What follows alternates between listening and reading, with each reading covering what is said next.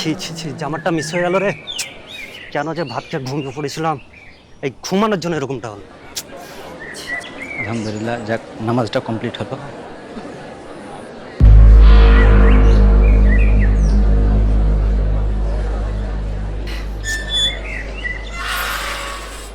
এই হুমায়ুন, কোথায় যাচ্ছিস?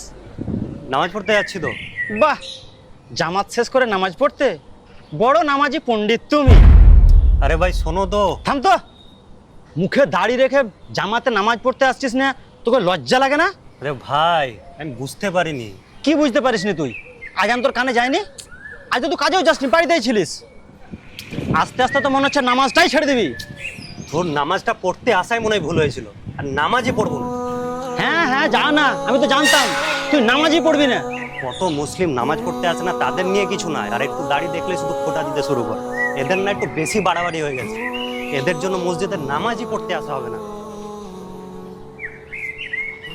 আসসালামু আলাইকুম। ওয়ালাইকুম আসসালাম। ভাই বসেন, এখানে বসেন। কি ব্যাপার হাফিজুর ভাই, এত রেগে গেছেন কেন? আরে হুমায়ুন, ও জামাতে নামাজ পড়েনি। ওর ভালোর জন্য ওকে বোঝাতে গেলাম, রাগের মধ্যে দুটো কথা নাহলে বলেই ফেলেছি। বেয়াদব নামাজ পড়ে না চলে গেল। ভাই একটা কথা বলি, আল্লাহ তাআলা কোরআনে সূরা নাহলে বলেছেন, তুমি তোমার রবের পথে হিকমত এবং সুন্দরতম উপদেশের মাধ্যমে আহ্বান করো, উত্তম পন্থায় তাদের সঙ্গে বিতর্ক করো, কেননা একমাত্র সেই মহান আল্লাহ তাআলাই জানেন কে হেদায়েতপ্রাপ্ত আর কে পথভ্রষ্ট। ভাই, তাহলে কি আমি ভুল করে ফেললাম? আমার ওইভাবে রেগে কথা বলা উচিত হয়নি? দেখো, রাগ হলো শয়তানের অন্যতম মুখ্য হাতিয়ার, আর দাওয়াত তো আল্লাহর জন্য। তাহলে তুমি বলো, রাগ আর দাওয়াত দুটো কি একসঙ্গে যায়? বুঝতে পারছি, কিন্তু আমাকে তো কেউ দাওয়াত দেওয়া শেখায়নি কীভাবে বলতে হয়।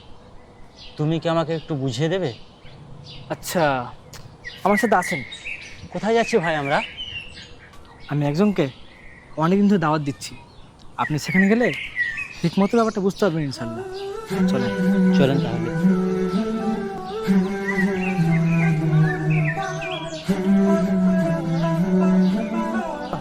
আসসালামু আলাইকুম।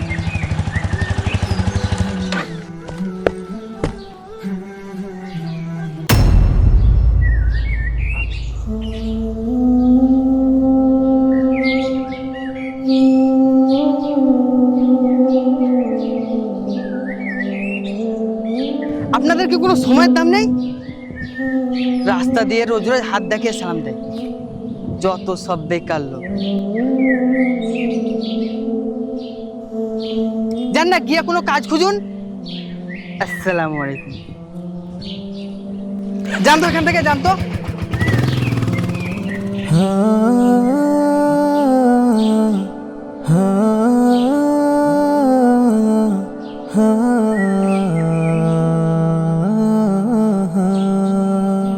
আমার ভেতরে বাহিরে শুধু কি বেয়াদব লোক রে এরা!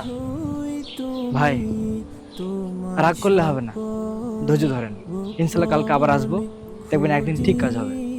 চলেন ভাই আজকে। আমার ভেতরে বাহিরে ধৈর্য হারায়েন না, ইনশাল্লাহ দাওয়াত পাবে কামাল ভাই। আসসালামু আলাইকুম। দিকে ঘুরে তাকাবোই না। দেখছেন ভাই, কি বেয়াদব লোকেরা! সালামের জবাবটা বুঝে দিচ্ছে না। ভাই ধৈর্য ধরেন, আমরা আবার কালকে আসবো। চলেন। ভালো কথায় কাজ হবে বলে। না ভাই চলেন, এসব একটু ধৈর্য ধরতেই হবে, বুঝলেন? আসসালামু আলাইকুম। দূর তোর জামি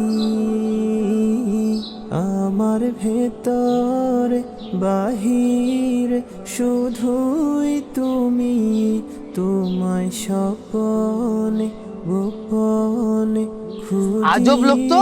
আমি আপনাদের কি একটু লজ্জা শরম নেই? এত অপমান করছি তাও এইভাবে দাঁড়িয়ে আছেন, কিভাবে পারেন ভাই এসব? আল্লাহ ক্ষমতা দিয়েছেন ভাই, সেজন্য। আসলে ভাই আপনার সঙ্গে দুটো কথা ছিল। বলেন, তবে মাত্র 2 মিনিট, আমার ওদিকে আবার মিটিং আছে। মাশাআল্লাহ, আল্লাহ আপনাকে তো অনেক ব্যস্ত রেখেছেন, আল্লাহ আপনার রোজগারে অনেক বরকত দিয়েছেন, তাহলে চলেন না ভাই, সে আল্লাহর উদ্দেশ্যে আমরা নামাজটা পড়ি।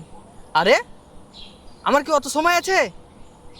সারাদিন অফিসে ব্যস্ত, রাতে আবার বন্ধুদের সময় দিতে হয়, তারপর ফ্যামিলি তো আছেই। বুঝতে পারলাম ভাই, আপনি অনেক ব্যস্ত, আখিরাতের জন্য আপনার কোনো সময় নেই। আজব তো, আমি যে কত ব্যস্ত আপনার মগজে ঢুকবে না। আমি ছাড়া দুনিয়া চলবেই না, 24 ঘন্টা কোনো না কোনো কাজে যুক্ত আমি। সবই বুঝলাম ভাই। আচ্ছা, আপনার একটা কথা বলি, মানুষ তো মরণশীল, প্রত্যেকটা মানুষকে মরতেই হবে, তো আপনি একবার মরার আগে মরে দেখেন না। কি? এটা আবার কেমন কথা? মরার আগে কিভাবে মরবো? আচ্ছা, আমি আপনাকে বুঝিয়ে দিচ্ছি, আপনার ফোনটা দিন।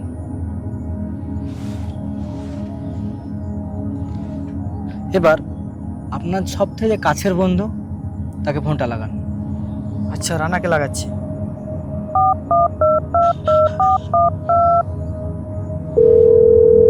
লাউড স্পিকার দি।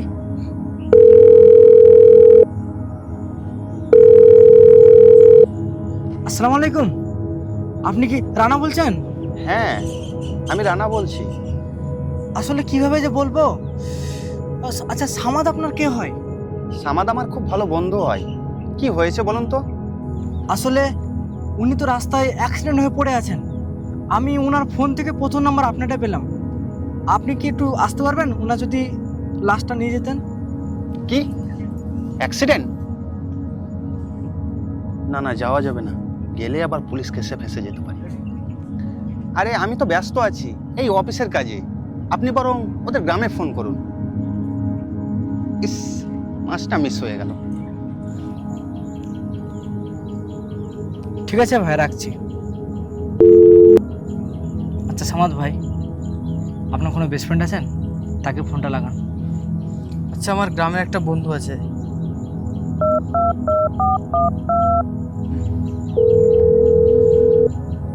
আসসালামু আলাইকুম। ওয়ালাইকুম সালাম। কে বলছেন? আপনি কি কাউসার, এই সামাদের বেস্ট ফ্রেন্ড বলছেন? হ্যাঁ, কি হয়েছে বলুন। এই সামাদ তো মারা গেছে, আপনি কি আসতে পারবেন? এখন তো ব্যস্ততা, জানাজাটা কখন হবে? এই সন্ধ্যে 5টার সময় হবে। 5টার সময়? তখন তো আমার দোকানে ভিড় থাকে, আসলে দোকান লস করে জানাজা আসতে পারবো না।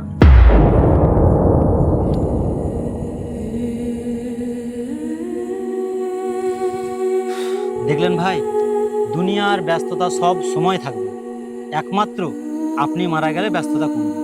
জি ভাই, আপনি যে বললেন দুনিয়া আপনার সাথে চলবে না, আপনি ওকে মরে দেখেন, দুনিয়া ঠিকই চলবে, তবে আপনাকে ছাড়া। বেঁচে থাকাকালীন আপনি ব্যস্ত থাকুন, তবে তার সাথে নয় যিনি আপনাকে সময়টা দিয়েছেন।